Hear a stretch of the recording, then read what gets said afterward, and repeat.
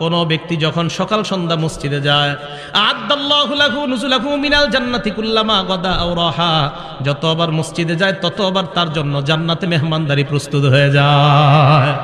পেট ready করেন তাড়াতাড়ি খাওয়ার জন্য। কি পরিমাণ খাইবেন দেখি জান্নাতে গিয়ে।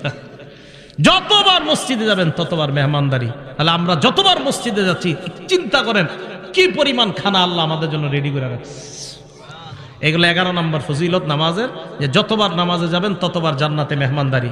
12 নম্বর ফজিলত, আচ্ছা নামাজ পড়ার পর আপনারা অনেকে বসে থাকেন না মসজিদে, সুবহানাল্লাহ, আলহামদুলিল্লাহ, লা ইলাহা ইল্লাল্লাহ, আল্লাহু আকবার, বসে বসে তাসবিহ পড়েন। আপনি তাসবিহ পড়েন না, কিচ্ছু করেন না, এমনি বসে রয়েছেন নামাজ পড়ে, ভাল্লা বসে রয়েছেন মসজিদের এক কোনায়, অজু অবস্থায় বসে রয়েছেন, বসে বসে ঘুমাইতেছেন, অজু অবস্থায় বসে বসে ঘুমাইতেছেন, বসে রয়েছেন, কোনো কাজ করতেছেন না। নবীজি সাল্লাল্লাহু আলাইহি সাল্লাম বলেন, বুখারী শরীফের 2119 নম্বর হাদিস, 2119, 2119, ঠিক না? 2119, 2119। এই হাদিসে রাসূল আকরাম সাল্লাল্লাহু আলাইহি সাল্লাম বলেন, আল মালাইকাতু তুসাল্লি আলা আহাদিকুম মা দামা ফি মুসাল্লাহুল্লাযী ইউসাল্লি ফীহি। নামাজ পড়ার পর মুসল্লি যেই জায়গায় বসে আছে, বসে থাকার পর ওই মুসল্লি যতক্ষণ মসজিদ থেকে বের না হয়, ফেরেশতারা তার জন্য আল্লাহর কাছে 2টা দোয়া করতেই থাকে। এক নাম্বার ফেরেশতারা বলে, আল্লাহুম্মা সাল্লি আলাইহি, মাবুদ তুমি এই বান্দার উপর শান্তি নাজিল করো। মাবুদ গো, বেচারা পেরেশানি হয়ে মসজিদে বসে আছে, আল্লাহ আমরা ফেরেশতারা বলতেছি তারে তুমি শান্তি দিয়ে দাও। ভাই কিভাবে বুঝাবো আপনাদেরকে? আপনি পেরেশান হয়ে মসজিদে গিয়ে বসে রয়েছেন, ফেরেশতারা আল্লাহ রেখে, আল্লাহ তারে শান্তি দাও। সুবহানাল্লাহ। 2 নাম্বার, আল্লাহুম্মা রহমহু, আল্লাহ তুমি তাকে তোমার রহমতের চাদর দ্বারা ঢেকে নাও। দোয়া 2টা সুন্দর না? তাহলে অস্থির কাজ করতেছে, পেরেশানিতে আছেন, মসজিদে নামাজ পড়ে একটু বসে থাকেন, আর মনে মনে ভাববেন যে হুজুরে বুখারী শরীফের দলিল দিয়ে বলছে আমি মসজিদে যতক্ষণ বসে থাকবো আমার পেরেশানি দূর হওয়ার জন্য ফেরেশতারা দোয়া করবে। এগুলো 12 নাম্বার উপকার। 13 নাম্বার, মসজিদে যায় দেখছেন আপনাদের এলাকায় জোহর কয়টায়? 1:30 না 101টায়? আচ্ছা 101টা ধরে নিই আমরা। মসজিদে গেছেন আপনি, যাওয়ার পরে সুন্নত পড়ে দেখতেছেন 20 মিনিট বাকি আছে, বসে রয়েছেন, কোনো কাজ নাই। এই যে আপনি বসে রয়েছেন, আরো 20 মিনিট বসে থাকবেন, আপনি এমনি বসে রয়েছেন, অটোমেটিক গাছের পাতার মতো আপনার গুনাহ জোরে পড়তেছে। দলিল মুসলিম শরীফের 475 নম্বর হাদিস, ক্বালা রাসূলুল্লাহ সাল্লাল্লাহু আলাইহি ওয়াসাল্লাম, আল্লাহ নবী বলেন, আমি কি তোমাদেরকে এমন 3টা আমলের কথা বলবো না যেই 3টা আমল করলেই তোমাদের গুনাহ অটোমেটিক মাফ হইতে থাকে?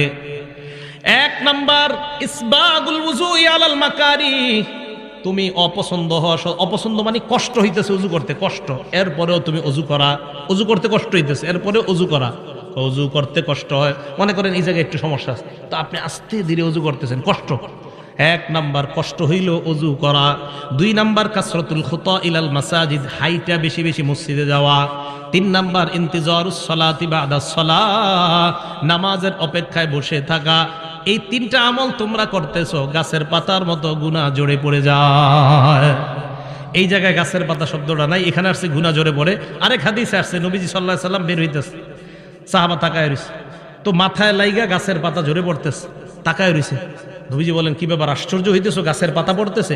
এই গাছের পাতাগুলা যেইভাবে পড়ে নামাজ পড়বা, এইভাবে তোমার গুনাহগুলা ঝরে পড়েছে। তাহলে 13 নাম্বার আমরা জানলাম, মসজিদে গিয়া অপেক্ষা করলেও কোনো লস নাই। কিন্তু আপনারা কি করেন জানেন? 101টার সময় যদি 1:16 বাজে যায় অথবা 17, ইমাম সাহেব আসে না, সবাই একসাথে মিছিল দিয়া, হুজুর আসে না কেন? হুজুর আসে না কেন? এখন থেকে আর এটা করবেন না। কেন? যে হুজুর আসতে 2 মিনিট দেরি হইলে আমার লাভ, 2 মিনিট আরো গুনাহ ঝরবে। ঠিক আছে না? এই গেল 13। 14 নাম্বার, আবু দাউদ শরীফের 558 নম্বর হাদিস, নবী সাল্লাল্লাহু আলাইহি সাল্লাম বলেন, ঘর থেকে যারা উযু করে বের হয়ে মসজিদে আসবেন, আসার পর নামাজে দাঁড়াইলেন, আজরুহু কাজরিল হাজ্জিল মুহরিম, ইহরাম বাঁধা অবস্থায় হাজী সাহেব হজ করলে যে সওয়াব, আপনি ওই সওয়াব পাবেন। নামাজে গেলে আপনি দেখেন কত পরিমাণ সওয়াব, হজের সওয়াব, নামাজে গেলে গুনাহ মাফের সওয়াব, নামাজে গেলে মর্যাদা বাড়ার সওয়াব, নামাজে গেলে নবীর কাছে জান্নাতে থাকার ফজিলত, আর কিছু না। মানুষ বুঝে না, মানুষ দুনিয়ার সব করে নামাজ ছাড়া। বিশ্বাস করেন আমাদের সব সুন্দর নামাজ ছাড়া। আমরা যারা নামাজ পড়িও নামাজটা সুন্দর হয় না আমাদের। আমি আপনাদেরকে বলছি বুখারী শরীফের 757 নম্বর হাদিস দিয়া, নামাজটা যেন খুব ধীর স্থিরতার সাথে সুন্দরভাবে হয়। হবে না ইনশাআল্লাহ? অনেক সময় হয়ে গেল। 15 নাম্বার উপকারিতা, এটা কিতাব আছে আল জামিউস সগীর বা সহিহুল জামে 445 445 নাম্বার হাদিস। এই হাদিস আসছে, দেখেন কি মজার হাদিস।